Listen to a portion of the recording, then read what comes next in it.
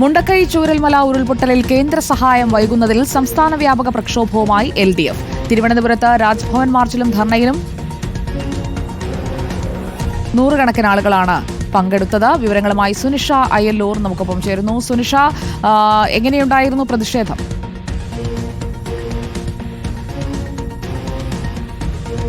സുജിയ, സംസ്ഥാന വ്യാപക പ്രക്ഷോഭം എന്ന രീതിയിൽ തന്നെയാണ് ഇന്ന് LDF എല്ലാ ജില്ലകളിലും ഇത്തരത്തിലുള്ള പ്രതിഷേധ ധർണ സംഘടിപ്പിച്ചത്. രാജ്ഭവനിലും അതേ ആയിരക്കണക്കിന് പ്രവർത്തകരാണ് ഇവിടേക്ക് എത്തിയത് എന്നതാണ്. മ്യൂസിയം മുതൽ രാജ്ഭവൻ വരെ മാർച്ച് നടത്തിക്കൊണ്ട് രാജ്ഭവന് മുന്നിൽ ഒരു പ്രതിഷേധ സദസ്സ് സംഘടിപ്പിക്കുകയായിരുന്നു.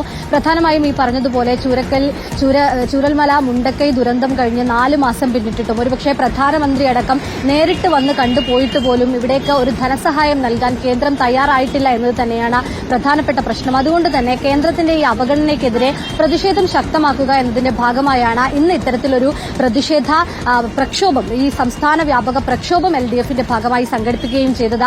തിരുവനന്തപുരത്ത് രാജ്ഭവന് മുന്നിൽ CPMന്റെ സംസ്ഥാന സെക്രട്ടറി MV ഗോവിന്ദനാണ് ഈ പ്രക്ഷോഭം ഉദ്ഘാടനം ചെയ്തത്. കൊല്ലത്ത് LDFന്റെ കൺവീനർ TP രാമകൃഷ്ണനായിരുന്നു ഉദ്ഘാടനം ചെയ്തത്. അങ്ങനെ ഓരോ കേന്ദ്രങ്ങളിലും ഇത്തരത്തിലുള്ള പ്രതിഷേധം ശക്തമാക്കുക എന്നതാണ് പ്രധാനമായും. ഈ പറഞ്ഞതുപോലെ പ്രധാനമന്ത്രി അടക്കം വന്നുപോയതാണ്, ഈ ദുരന്തത്തിന്റെ വ്യാപ്തി അറിഞ്ഞതാണ്. പക്ഷേ ദേശീയ ദുരന്തമായി പ്രഖ്യാപിക്കാത്തത് പോലും ഇത്തരത്തിൽ ഫണ്ട് നൽകണമെന്ന ആവശ്യമുള്ളതുകൊണ്ടായിരിക്കും എന്നുള്ളതാണ് പ്രധാനമായും ഇവർ പറയുകയും ചെയ്യുന്നത്, ആരോപിക്കുകയും ചെയ്യുന്നത്. അതുകൊണ്ട് തന്നെ നിലവിൽ ഈ സഹായം ലഭ്യമാക്കാൻ വേണ്ടി എല്ലാവിധ ഇടപെടലുകളും നടക്കുക, കേരളത്തിലെ എല്ലാ ജനങ്ങളെയും ഒരുമിപ്പിച്ചുകൊണ്ട് കേന്ദ്രത്തിനെതിരെ ഒരു പ്രതിഷേധം സംഘടിപ്പിക്കുക എന്നത് തന്നെയാണ് ഇനിയുള്ള തീരുമാനം എന്നതാണ്. അതിന്റെ പശ്ചാത്തലത്തിലാണ് ഇത്തരത്തിലൊരു തീരുമാനം. കാരണം ഒരു ദുരന്തത്തിന്റെ ഘട്ടത്തിൽ കേരളത്തിലെ എല്ലാ ജനങ്ങളും ഒരുമിച്ച് നിന്നതാണ്, അതിൽ രാഷ്ട്രീയ ഭേദമില്ലാതെ ഒരുമിച്ച് നിന്ന ആളുകളാണ്. അന്ന് തന്നെ കേന്ദ്ര സഹായം ലഭിക്കും, ഈ ദുരന്തത്തിന്റെ വ്യാപ്തി കണ്ടുകൊണ്ട് കേന്ദ്ര സഹായം ലഭിക്കുമെന്ന് പ്രതീക്ഷിച്ചവരാണ് കേരളത്തിലെ ഓരോ ജനങ്ങളും.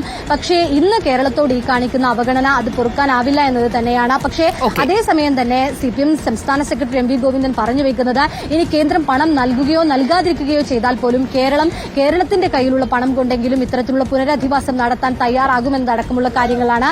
ഇതൊരു സൂചന മാത്രമാണ്. ഇനിയുള്ള സമയങ്ങളിൽ ശക്തമായ സമരവുമായി മുന്നോട്ട് പോകുമെന്ന് കൂടി അറിയിക്കുന്നുണ്ട്. സുജയ.